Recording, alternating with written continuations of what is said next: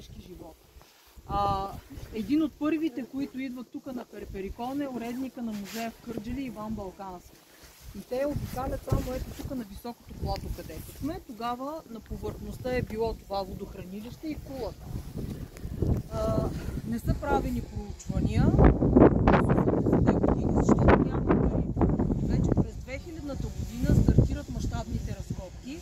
Те са ръководени от професор Николай Овчаров. И от 2000-та година до сега, до тази включително, проучванията се правят всяка година.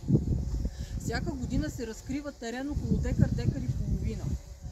На какъв терен е бил в миналото целият комплекс, никой не знае, никой не може да каже. Колко години имат да работят и да проучват, също никой не знае, не може да каже. Овчаров казва, че ето този хълм зад нас също е бил оситаем и най-вероятно, когато приключи този целият хълм, където сме ние сега с проучванията, ще отиде и там. Вие видяхте доказателство, че е имало живот там. От всичките тези проучвания, които са направили до момента, се разбира, че има 7 години живот без прекъсване.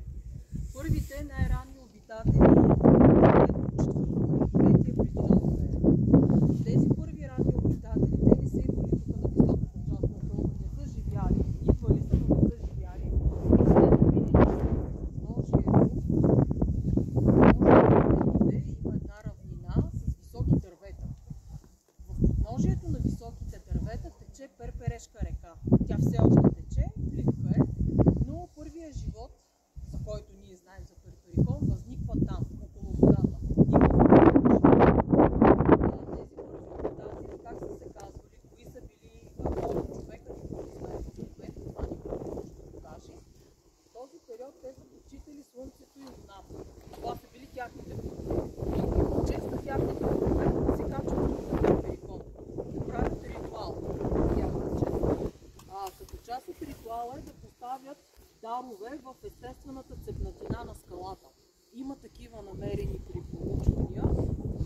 Това са малки кремъчни стрелички и керамика, които са изложени в музея в Кърджали. Там може да видите, заедно с другите находки, които са намирани тук на Перперикон. По-големите, по-важните са всички в музея в Кърджали. Тези обитатели идват тук, правят ритуала и отново се слизат близко долу в подножието. Те не са живяли, само са почитали боговете. Повече за тези първи обитатели към момента не се знае нищо. Казвам към момента, защото всяка година се правят проучвания, разкриват се нови неща и се променя историята и беседата и знанията и информацията за Перперикон.